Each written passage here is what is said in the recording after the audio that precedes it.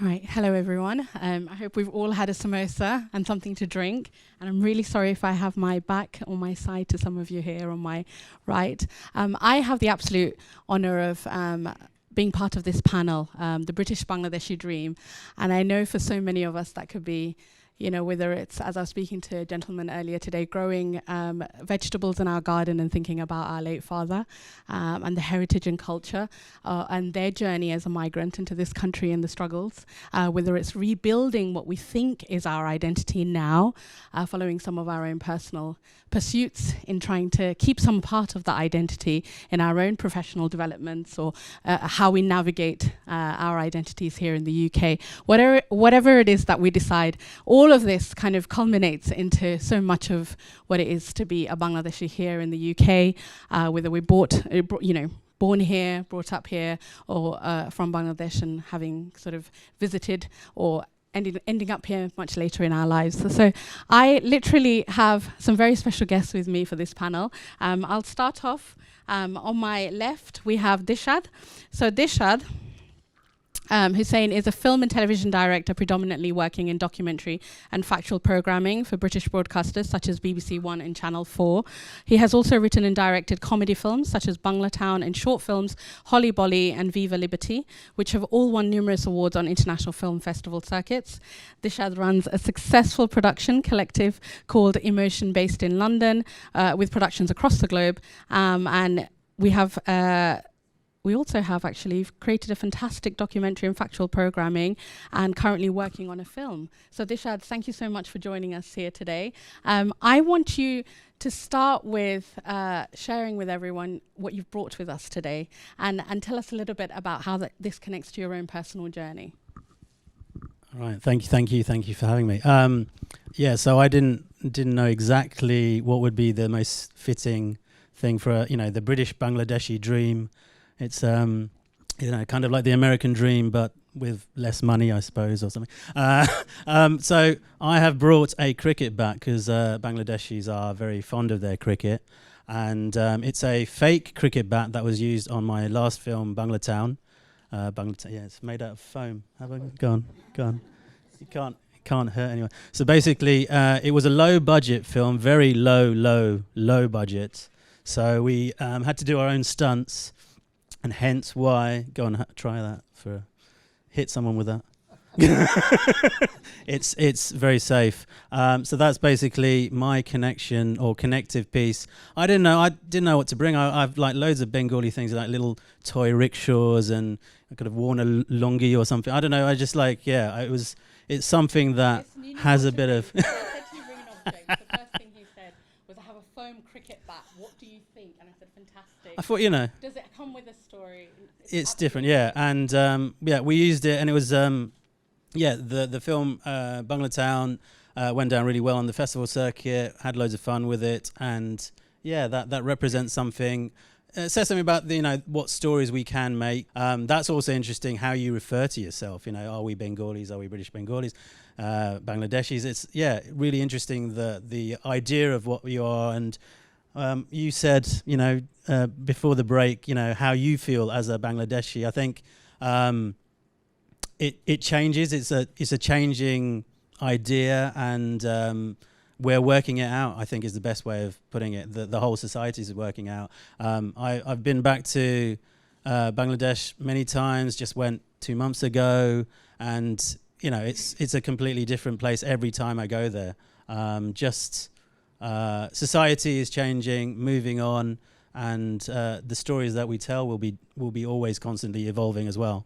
So that's is that answering anything? Yeah. Perfectly answered. And thank you for sharing us your story. No problem.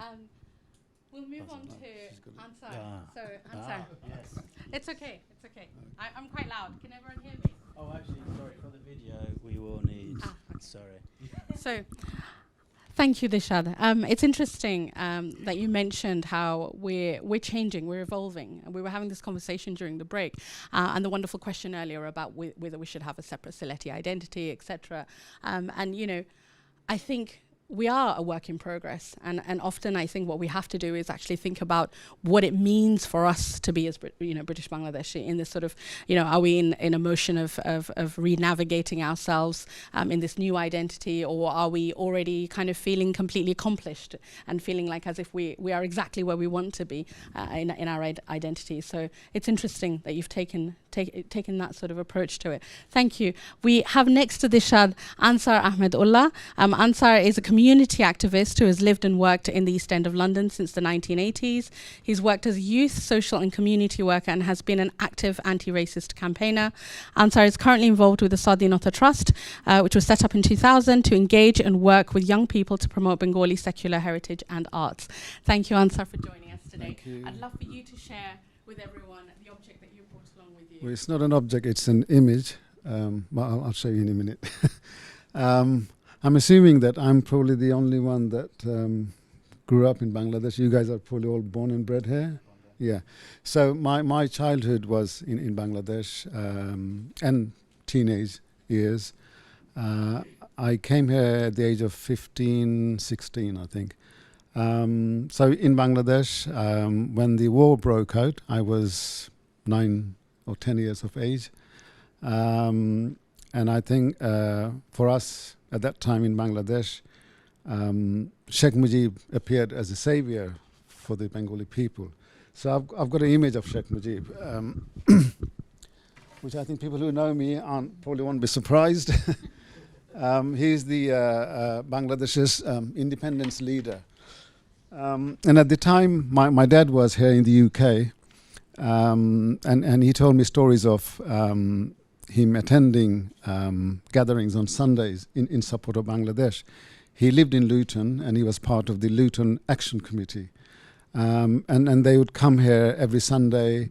He talked about the large gathering in Trafalgar Square on the 1st of August. And he would carry a placard of Sheikh Mujib. It was too big, that's why I didn't bring that placard. I've still got it. And so I just came with a small image. And I think being exposed to the war in Bangladesh and growing up, I guess, has kind of made me a hardcore Bengali nationalist. And I think that's what still drives me even today. And Sheikh Mujib is obviously an inspiration for me. Yeah, so that's the object that I brought on to talk about. I don't know what else to say. No, that's okay. Yeah? I was Okay. really, first of all, really impressed that everyone did bring in an object. Okay. Because I know it's difficult trying to find something that connects with your heritage and identity. But it's really interesting what you've all brought. And thank you so much for sharing that. We'll come back and speak a little bit about your nationalism and your history. Nutun, the wonderful speaker that we have sitting next to Ansar. Nutun is an architect, an artist, a part-time radio presenter and actor. She's also the mother of 2 grown-up boys. Once a week she sings a pop choir and recently has illustrated a children's book. Nutun's father came to London in the 60s and was later joined by her mother, and she's the eldest of 3 girls, 3 sisters.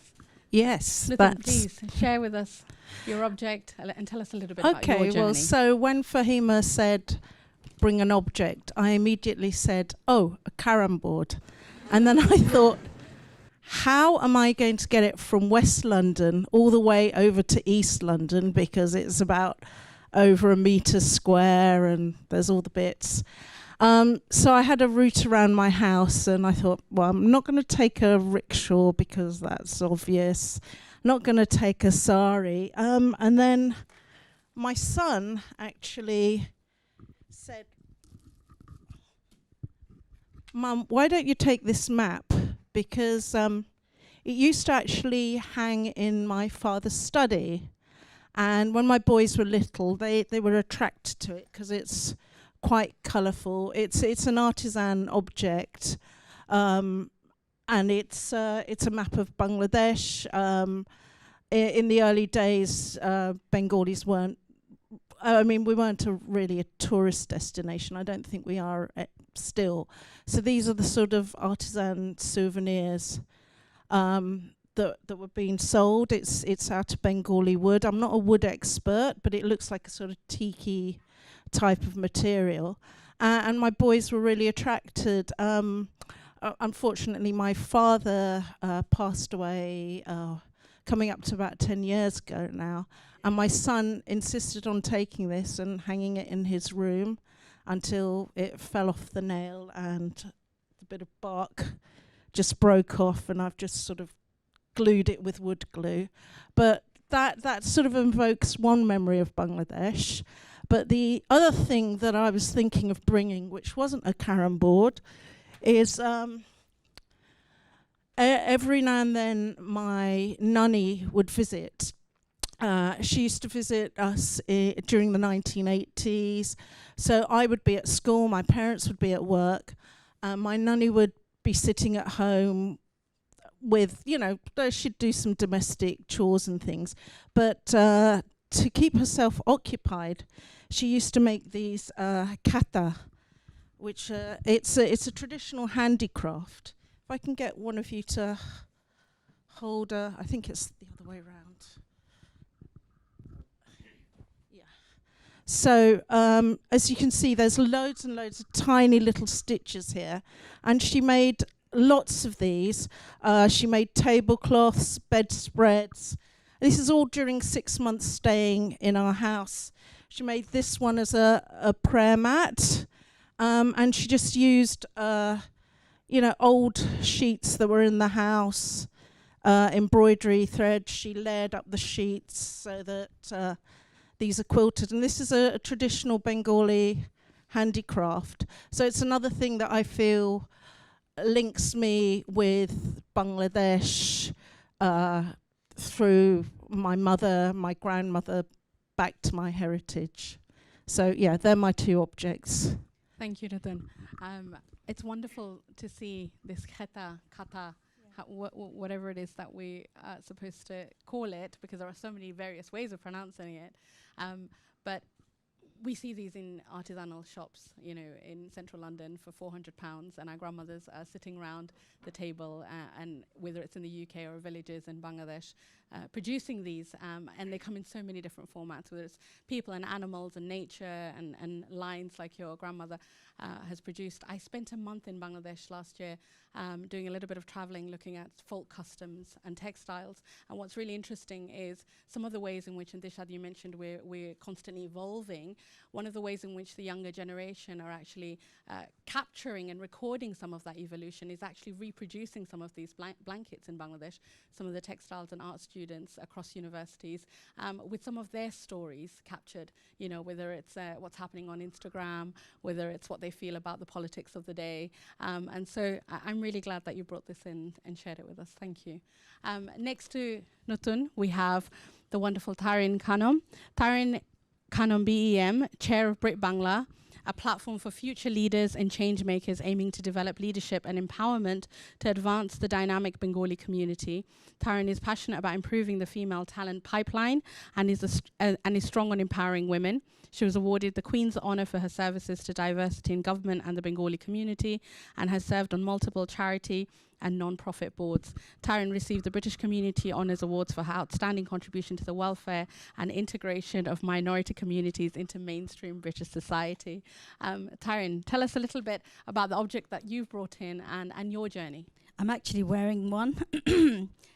This means a lot to me. 20 years ago, I wasn't really a big sari wearer, and I'm really shy about wearing materials that I'm not familiar with, but this is Bangladeshi, and it was bought in a market. My auntie took me, Bailey Road, when she took me out for lunch or whatever, I don't know. Anyway, this was 500 taka. I don't know how much it would be. Maybe it was £5 in 20 years ago, but I love this sari. So for me, this is one of my memories of Bangladesh, one of my trips. And this is my second object. I literally found this 2 weeks ago, coming out in my sister's car. I was just popping my shopping and bits out. And there was quite a few books, and I think these were all my mum's, because she was a bit of a bookworm when we were younger, and she was a Bengali teacher as well. I can't read. I'm so ashamed. I should have got someone to translate what this is. I tried to Google it, and picture of it doesn't work. But all I know, it's authored by Nazrul Islam, and I think it's a compilation of lots of poems and actually, yes. Sorry, there you go, Nazrul Islam. I think it's all his poems. He's a very famous poet. But what's interesting is, if this was going to go in the bin, I need to actually ask my sister what the hell was she doing with all these books, because a letter popped out of it, and it's from Shamshad, my cousin, my Boro auntie's daughter, and the address is Shamalina Kazilias Road, Zinda Bazar. So that's a Sylhet address. And with my little knowledge, I can't read anything, but I just managed to read a little bit of Bangla, but it's dated 1982 because of the English stamp when it went from England, and it's those memorable airmail letter things before your emails and everything. So everybody would write. So I think 2 of her nieces had written to my mom and asking about everything. This is the same thing, kemon acho, bhalo achi, salam dio. It's the same thing, doesn't say much. But there's one little bit which does say to my mom, I think she was requesting some books because she loved books. So there, I think it's just, that's the only bit I could just about read, my very broken Bangla, that she was asked, her books are on the way with an uncle called Shah Kamal Mama, which is a distant uncle of ours. So I thought that's quite fitting stories to tell. Thank you, Taryn, for sharing that. Thank you. And finally, last but not least, Rukhsana, Kazi Rukhsana Begum is an arts development officer. I think we all know Rukhsana for Town Hamlets Council. She is a community architect, in my opinion, an MA in arts management and a trained filmmaker. Rukhsana is also a creative producer of the Season of Bangla Drama, which has been running for the last 2 decades. Rukhsana was awarded an honorary fellowship at Queen Mary University of London and is currently working with Queen Mary and has been for a very long time to connect the university with the local Bengali community and form partnerships with students, researchers, policymakers and artists. As an arts and cultural advocate, Rukhsana is an honorary visiting research fellow also at Queen Mary University. Thank you, Rukhsana. Please will you share your object with us and tell us a little bit about your story?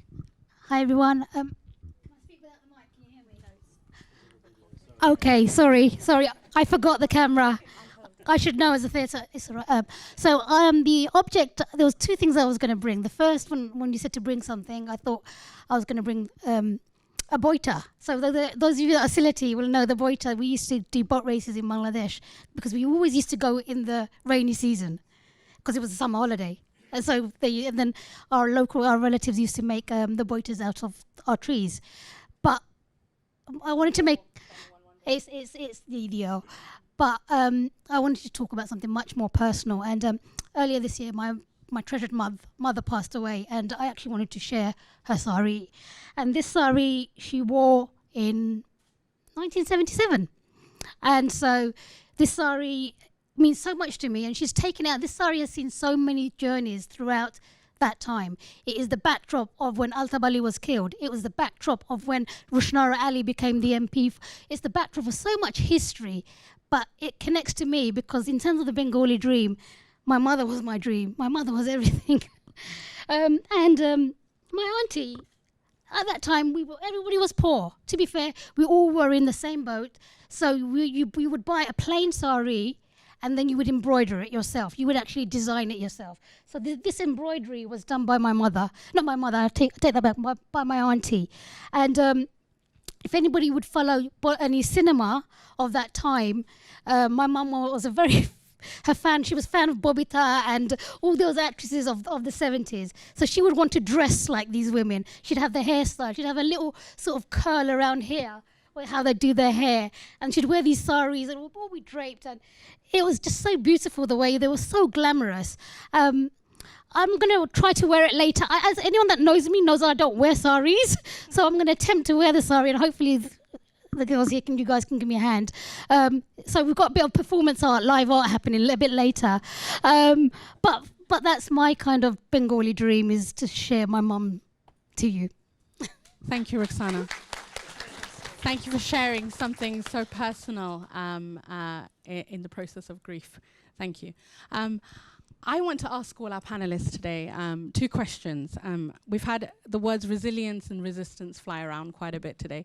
And I'm really keen to hear some of that resistance and possibly your sort of blooming of resilience in your own personal journeys. And when I say personal, I mean that could include what you've worked on. As you can see, I probably haven't touched too much on your professional journeys, just apart from the bios that I've read. So feel free to go into it. I was really keen for you all to personally connect with your objects, with our audience here today. And feel free to mention, what you've worked on, what you're currently working on. But my question is, what was your Bangladeshi dream? What was your British Bangladeshi dream? What was your dream? And were there moments of resistance or challenges? And where did you and how did you find that resilience? And how did you overcome it? That could be in any part of your life. So I'd like to start with you, Dishab. Really? Anyone else go first? I'll get that microphone. We'll do a swapsy. Oh. Here you go. Thank you, Dishab. Is that better? Does that work? Yeah, okay.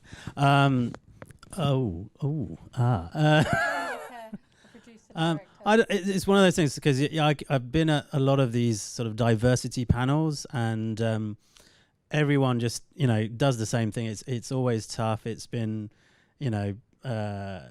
throughout the decades it's been pretty bad, but it's getting better. I am an optimist. I think things are getting better. I don't know, personally, I don't know, maybe this might connect with a few people, but saying that you were of Bangladeshi heritage in the 80s, in the 90s wasn't as easy. I think it's easier to say I am of Bangladeshi heritage now. I think that's a positive. I don't know if you guys agree, or I know a lot of people are saying, things are going worse and young folk and all of this stuff, but yeah, I think there's a lot of positives coming out. I think everything,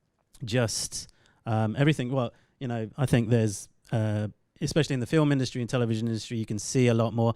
I just recently worked on Grand Designs, that show, building architecture show. One of the new, so obviously the main presenter is Kevin MacLeod, fantastic guy, but he's got a few other shows. One of the sub shows is Grand Design's House of the Year, and they've got a co-presenter called Natasha Huck, being obviously of Bangladeshi heritage. I don't know if anyone has seen the show, but she's a Scottish, Bangladeshi, Scottish, British, Bangladeshi, and she's a TV presenter. So that's pretty cool. And things like that. I remember we were having dinner after a shoot, and she didn't realize I was British Bangladeshi. I didn't realize she was British, and we were like, "Oh, are you?" And it's rare. It's still very rare to find other people of British Bangladeshi heritage in the film and television industries. But I think it's getting more common. Obviously, you can name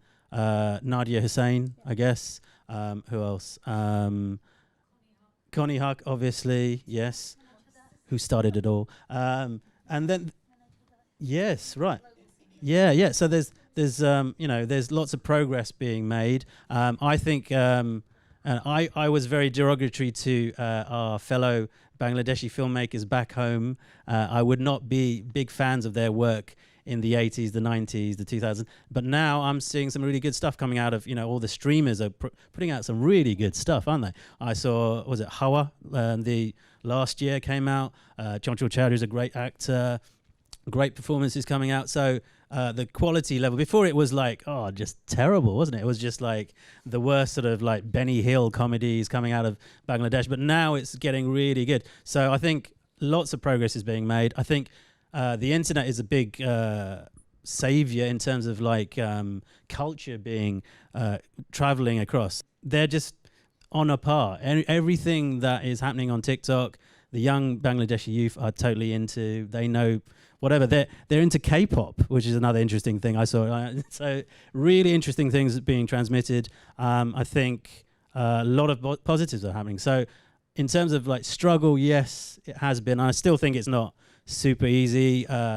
Banglatown was not funded. It was, self-funded.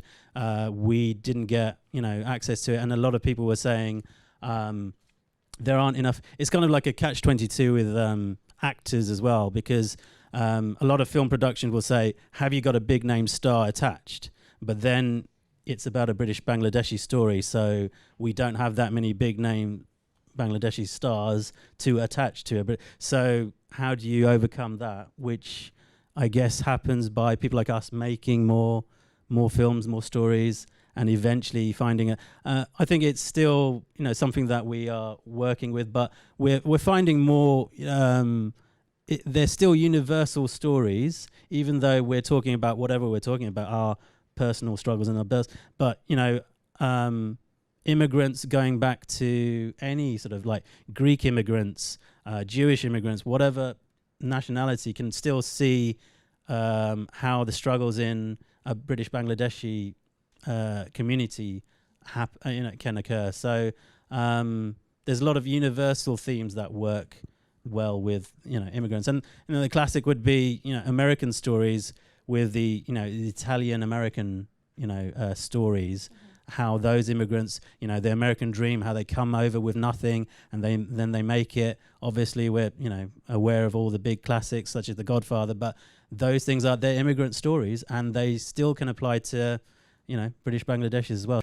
What would you say you would want to see with the future of our community? So in terms of access for the youth, or you mentioned that things are changing. Things are changing in Bangladesh. Things are changing all the time. Within your field, within TV and film, you're seeing huge leaps, and there's more representation within the UK media. In terms of what you hope for the future generation, do you have any sort of visions or dreams for the youth? I'd love to see more work between communities. At the moment, we're still kind of separate, and you feel that when you go back, they do see you as you're not quite part of their community because you've got a British background. There is a difference. I would like to see more co-productions, more work together. Be it music, film, television, especially now that there's so much more that's being made online. That'd be great to see more work being made together. I think that would be really good because, because of the information, the crossing of information has come so instantaneous. I think there aren't that many differences. I mean, like just seeing what's a recent thing you probably see on your social media feeds, Coke Studio, they make these really cool studio music things. We've seen that recently with Bangladeshi singers and the recent Coke Studio tracks that have been released as well, actually. So there are some cross-collaborations. Great, yeah. Some of that is happening now. Who's the BBC radio host, Nadia, I think. She's done a few shows going over to Bangladesh. Even like just actors working with each other. Although, I've started on a project that's hopefully going to be filming in Bangladesh. It's a very hard process to their industry still quite insular, so it needs to work a bit more across. And I think that would be of benefit for both industries. Yeah. Thank you so much, Dishad. I'd like to ask Taryn next because I know you need to leave a little bit early. So Taryn, tell us a little bit about what your dream was and any challenges that you faced and where you found your resilience. I probably didn't have a Bangladeshi dream or to live there or anything like that, but or as a British Bangladeshi. As a British Bangladeshi, actually what I want as a legacy of a future on the theme of stories to tell, I want to make sure that all of ours, every single one of you, your stories are captured, your narrative, what Shamim Bappa was saying, talking earlier, I could have listened to her for hours because that's beautiful. That is not going to be written in you Google it, you're not going to get that version that we heard today from Shamim Bappa. So this is what I want, legacy. There's something for us, for our future generation to have that narrative captured. History is not written by the likes of me. Academics write it, but that's not my story. That's not my personal history that we learn from our own cultural perspective. So I think that's what I want. We want to change. We need to voice our stories, the real history. And I'm involved in a lot of projects at the moment. One I can't talk about, but yes, I've learned so much through that. Fascinating. And there is a lot of whitewashing even though I found different perspectives I want to write about. So I'm just saying to you, you will have your own stories, but without that limitation, I would probably do some blogs and get that message out. But I'm just saying, be brave, find stories, be inquisitive, you know, learn about your culture. Don't wait for some Google and TikTok to give you those research and information. Real stories are around you. You just have to dig and you'll find. So for us as a Bengali, Bangladeshi, you know, we are reaching fourth generation now. From my mum's time, obviously she was a Bengali teacher, people used to send their children to school to learn Bangla.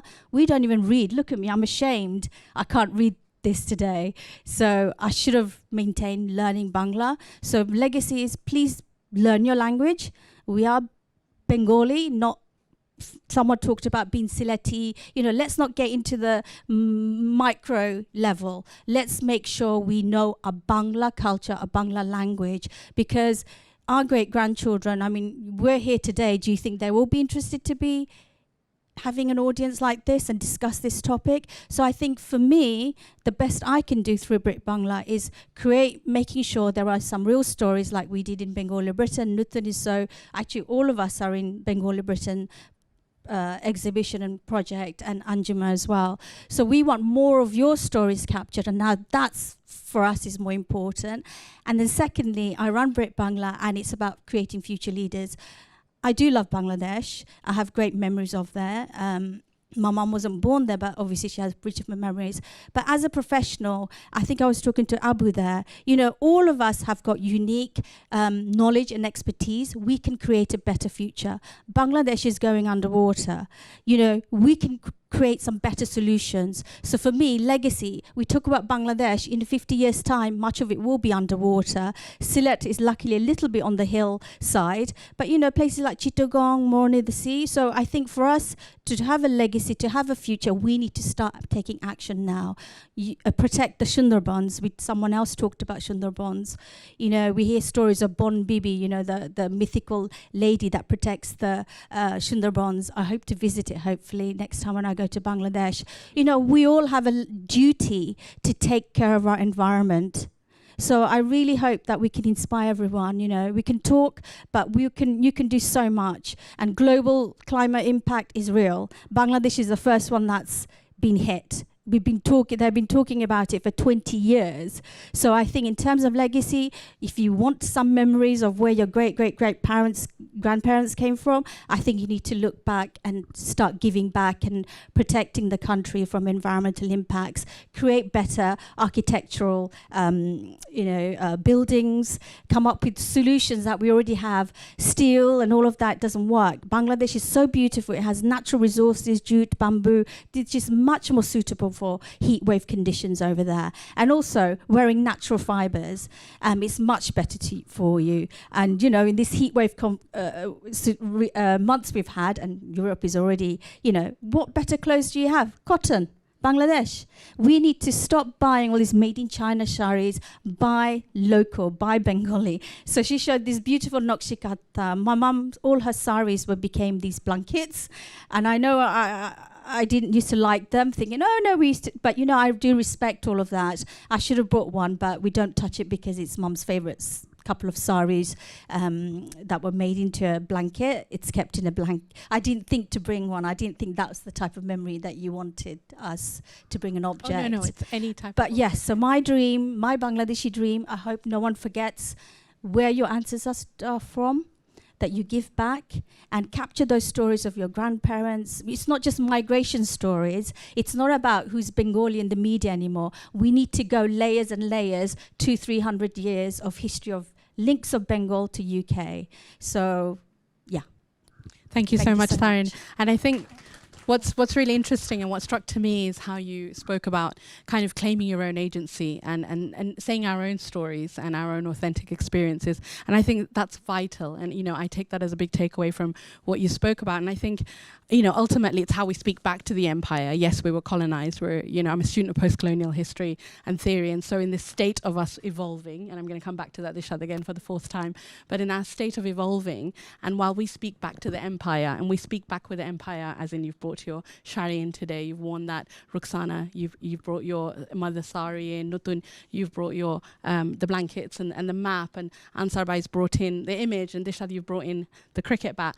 I mean, we speak back to the empire with our language and our song and our textiles and our production and our artisanship and our ethical values and our, you know, we're matir manush, you know, we're people of the earth, people of the soil. And so I think, you know, that kind of claiming that storytelling, I'm really, really glad that you mentioned that. And this is why events like this are so important and why we do need to continue telling our stories, but we also need to decide how we tell our stories and who we tell it to and what that viewer wants from us and whether we need that perceived opinion and whether we need that perception of us. All of that is equally as important. And so, yeah, thank you so much, Taryn, for sharing that. I'd like to move on to Ansar Bhai. I'd love for you to take on this question of your Bangladeshi dream and if there were any moments and challenges that you had and how you might have overcome them and what you would like for the future. I mean, I had no dreams, to be honest. I could have brought my mum's sari along because I've got two of her saris. And I mentioned that I came to the UK with my mum and my sisters and brother in sort of late 60s because my dad had already been here. And because we grew up with our mum in Bangladesh, we were very close to our mum than to our dad. Dad was like a kind of stranger when we arrived in the UK. So yeah, maybe I should have brought the saris along, but anyway, another time. So yeah, I arrived in a town called Luton in Bedfordshire, where my dad was staying. And because of my age, I only had 1 year of schooling. And in the school, and soon after school, I kind of realized that there were a lot of people who didn't like me. And I was kind of wondering, you know, what's going down? You know, I had no idea that there was racism we were never told this in Bangladesh when we were growing up. And I sort of look forward to coming to the UK because before I had arrived, I had already watched James Bond in Bangladesh. I had watched Danger Man, Robin Hood, Fugitive on TV. So I had an idea of UK, of England. And I was looking forward to, you know, watching English movies. I had heard pop music. I had heard of Beatles. So I was looking forward to all that. And then once you arrive in the UK, you know, it's not... there are people who kind of hated you or wanted to beat you up. And it took me... I think it's only now I'm beginning to understand why they hated us so much. It kind of... For years I was baffled why, you know, that they didn't like us. And my connection to East London is that for us in Luton, it was like a day out to come to East London. Yeah. And in those days there were... It was a cultural pilgrimage. Yeah. Because we've been talking about films, there were 3 cinema halls in East London. There was Naz on Brick Lane, and there was 2 on Commercial Road, Palladium and Bangladesh Cinema Hall. So we used to go to Bangladesh Cinema Hall to watch the cheesy Bengali movies of the 70s and 80s. It's just to try to, you know, keep a connection with back home. And there was a shop at the entrance of Naz Cinema called Glamour International. And there you could go and buy, you know, audio cassettes, video cassettes, magazines, newspapers, even records. And I remember buying 2 records. One was of Azam Khan. Those of you who don't know, Azam Khan was a sort of pioneer of Bengali rock music. And a film track, a film called Masud Rana. Masud Rana is like Bengali James Bond. And I used to play it so loud. I mean, we lived on top of a shop. Our dad had a grocery shop. And he used to come and complain because you know, he couldn't communicate with the customers. So that was my kind of first connection with East London. But I came here in the 1980, and Ruxana mentioned Altawali. So this is like 2 years after the murder of Altawali. And I kind of got embroiled in sort of community activism. So the youth groups that led the anti-racist movement in the 70s, there were like 5 main ones. They all came together and formed the Federation of Bangladeshi Youth Organizations, an umbrella body. And I got involved with that.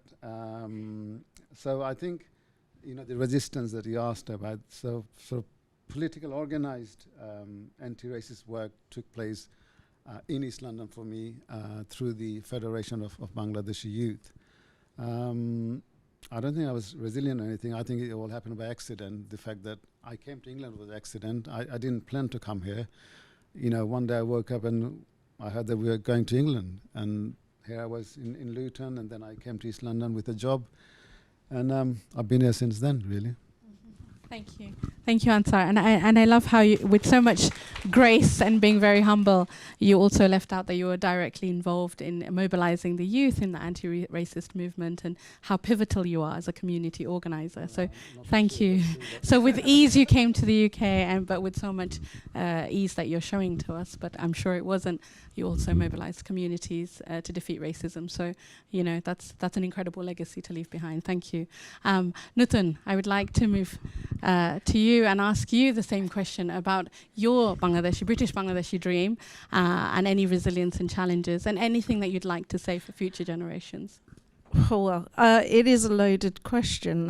It is. And after hearing everybody's answers, I'm not stuck for words. Sometimes people wish I would shut up. And now I'm sort of sitting here thinking, what am I going to say? Because I'm not sure I have any particular Bangladeshi dreams, apart from the fact that I've got 2 sons who are in their 20s now. But the last time we went back to Bangladesh was 2000, and I'm going to do my calculations. My youngest was born in 2002. It would have been 2008 when my little one celebrated his 6th birthday. And due to various family circumstances, my parents being ill, etc., we haven't been back since. So I feel my boys have lost quite a bit of connection with Bangladesh. The main connection they used to have were my parents and my husband's parents. But both my parents have now passed away. My father-in-law has also passed away. The 2 boys don't live at home anymore. They're up in Birmingham at uni, etc. The only connection they really have with Bangladesh is when I cook Bengali food, when I attempt to recreate my mum's recipes. There are times when I try to cook something and I've almost got it there, and I just wish I could sort of call up mum and say, do you know what, there's something missing in that. What is it? Why can't I make it taste like yours? I've called on aunts and things, and they've shown me how they make it, but it's not mum's. And I wish I'd sort of paid more attention, because I was a surly teenager. So if my mum said, no, nothing, come to the kitchen, see how you cook this, I was like, no way am I gonna, that's not my deal. And in fact, I was telling Rahima before we started, the first time I ever took any interest in Bengali cooking, apart from eating my mum's food and my aunt's food and all that, is when I was away at uni. And, for me, it was a big thrill to have things like takeaways and ready meals and, sort of easy food like that, because we'd never had stuff like that in the house, So after about a month or 2 of eating what can be regarded as rubbish, I really sort of missed having home cooking. So I went to the supermarket and I thought, how can I recreate something that tastes Bengali?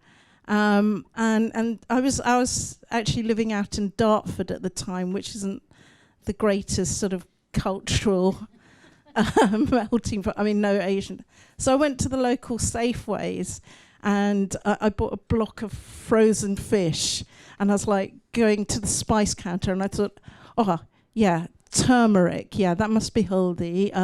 Yeah, coriander. And I bought these little tubs of spices. And I went back to Halls and I started sort of frying these spices. I had no idea what I was doing, but I somehow came up with something that smelt sort of Bengali, and then I fried the fish on it. And I thought, oh, wow, this tastes like home. This tastes like... and that's when I first sort of started thinking, well, yeah, I need to learn how to cook this. Because the one thing, I know Taryn was saying, you know, record your memories, write down your memories. But I'm saying to every one of you, if you love your mum's cooking or if you love your grandmother's cooking, please find out how they cook it, because it's only a fleeting window for you to get that chance. Last 4 years of my mum's life, my mum had dementia and I couldn't communicate. And I really wanted to know, you know, why her chicken korma was so different to everybody else's. You know, what was that extra bit of love she put in? And I think, I know it's not really talking about sort of a future dream for Bangladesh, but I think it's something important. It's very important for us as British because I think food has a lot to do with our culture, our heritage. I think more so than religion or language. So if you can sort of find out, you know, embrace these recipes that people in our family cook that we love, I think that's doing a lot for our legacy. Thank you, Nutan. And it's absolutely very, very important, and something that we can all do. And we spoke about food and grief and sort of the nature of the two, and how they come together, but also so much of our life and how we hold on to culture and preserve culture and our own identities is in these quite domestic moments by ourselves in the kitchen, possibly, or looking at some of the objects or stumbling across things that we packed away and suddenly remind us of our late fathers and our mothers and our grandparents, and how that is one of the big indicators of where we stood and stand now with our cultural identities. So thank you, Nutun. Very, very important. And Roxana, again, last but not least, and we would also like to ask you the same question, your dreams, and also any moments of resilience and any challenges that you faced and what you want going forward, and what do you ask? Thank you. First of all, thank you, Nutun, for letting me wear this. This is such a privilege to wear your grandmother's Kantashile. It's just so, you know, because it means so much. And this is heritage. This is our life. This is our story. I just want to say with Ansar was actually my youth worker way back in the 80s, and he really doesn't sell himself enough. He was really so cool. He was one of these cool Bengali. He had his earpiece, which is still got, and then he was the only person I knew that used to shave their hair. So he was bald and he'd out of choice. And so you kind of go, this is a cool guy. And not only that, he was part of Joy Bangla Band. So he was part of a music system, creating their own sound. So really, it was really inspiring for someone like me, who was 12 years old, going to the youth work session and just listening to what he's saying. So again, don't undersell yourself, mate. Oh God, food. I mean, just to say, the other day, my brother said to me, just talking about food, he said, do you know what, sis? You cook like Mum. Her cooking hasn't died. And it's like, and it really just, I felt so happy when he said that, because every time I cooked, Mum, is it like this? Mum, is it like this? Mum. And she'd just go, can you just go and cook, for God's sake? You know, because I literally take the pan because I lived with her for 13 years, and I cared for her. And so this is the reason why I want to talk about it, because I want to share what a wonderful person she was. And you know what, in terms of resilience, our women have silent resilience. My mum, as a Muslim woman, her whole thing was about sabr. Everything was about be patient. Be patient. Do this. Everything was about this person's saying, sabr karo. Yeah, and so you kind of went, Mum, it's really for she goes, no, Allah sees everything, right? And she was very faithful. Everything was around her faith. So for me, when my brother said that, I kind of went, oh, thanks, bro. That's such a lovely thing. That's probably the biggest compliment you could give me, is to say I cook like Mum. in terms of what do I say about resilience, I'm saying about my mum, her silent resilience. I mean, I want you to know her name. Her name is Rabia Begum. That's my mother's name. She was 72 years old when she died. This was in January the 21st. Sorry, I keep on talking about her because the grief is so raw. Carry on. It's important. It's important. If there is any lesson in culture and identity, this is it. Someone like her, I got my passion for the arts from my mother. She was a home seamstress. So she worked on the machine. And what she did on the machine as something, she used to sing. She used to sing Nozrul. So my love for Nozrul came from my mum singing on the machine. My love for arts came from my mum doing something, doing the sari. She used to make hand fans because you couldn't get them in the UK. So she used to make them, she used to knit them, and so we'd watch her do that. So everything that was an art form and the heritage that I got was from my mother just doing something that was very domestic. It wasn't because she was an artist. She wasn't an artisan. It was because she was just doing something that she wanted to do. Cooking, we all connect with. We love food. And then when you go to a Sileti's house or any Bengali's house, you won't get one dish, you'll get 20 dishes that you never have. You actually don't have time to eat. You can't actually manage to get to the end. You know, you've got fish curry, you've got fish curry that's sour, you've got fish curry that's sweet, you've got a fish curry with mustard, and that's just a fish. Forget about the meat and forget about the vegetables. So again, there's so many ways you can have resilience. I mean, someone said it, I don't know who said it, it was a fantastic writer, so I'm just going to quote them. My existence is resistance. So when the racist sees me, I've already won. Because you don't like me. But I'm saying, I'm here, bruv. I'm here. I'm an East End girl. I'm going to speak very Tower Hamlets, because that's where I'm from, you know. When the first time I got sworn at by a racist, I didn't know what it meant. And I went to my teacher and I said, Miss, what does this mean? She told me off for, and in fact, I got detention for saying that word. And it was, the person called me a black C. You can guess the, right? And I didn't know what the C word meant. So I just said, Miss, what does that mean? And like, right, you, detention. So I got, not only did I not know what that word meant, because I still didn't understand the word, so actually she's a really bad teacher. But, because how do you demystify words? You talk about anatomy. You talk about things and you break things down. As a teacher, you have a role to explain something. So she failed me immediately. But not only did she fail me, she made it to point out that I said something rude in a class so blatantly that then I was put into detention. Now that's also unfair because, to be fair, I didn't know what the word meant, so it didn't really matter. But I just thought, why am I getting detention? I just asked a question. Now, how do we demystify things? How do we do resistance? We talk about things, we break things. And what I love about now is we get to talk about our histories. What I love about young people now, and I don't get a lot of young people, but what I love it is that you guys say no. You guys say it's on my terms, because you know what? I used to walk around eggshells and say, I don't want to offend this person. This is and that's actually called systematic racism, because if I haven't, you've not got a personality. It's only a joke. Whereas young people are saying now, no. I'm calling you out. And you know what? Good on you. Carry on doing it, because actually we need your voices. We probably don't have the tools. We're probably institutionalized. We've probably got post-colonial baggage, right? But you guys, go for it. I as someone that's a second generation, say to you, I love what you do. Thank you so much, Roxana. Thank you. I feel so honored to have listened to the five of you share your stories, and I'd like to, would you want to put the sari on, Roxana? Yeah? Okay. I was going to get up and help you there. I want to thank you all, and I kind of want to end it with, I was asked to speak on this panel about the British Bangladeshi dream, and I was just excited that we have these wonderful speakers, and I would listen and take inspiration, and all of you have inspired me in different ways, and some of you have only just met for the first time today.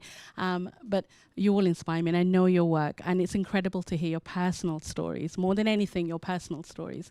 You're all doing wonderful things, from being architects and community architects and, filmmakers and, activists and, founders of wonderful platforms. But more than anything, what you're doing is continuing the culture and the identity of Bangladesh in your own ways going forward. And you're also kind of bringing to it, you're breathing into it new life through all of your own personal legacy and experiences. And I think ultimately what I take away from all of you is how we look at those identities and what we do with those identities. And going forward, what it means truly to be a British Bangladeshi. So thank you so much for sharing those stories.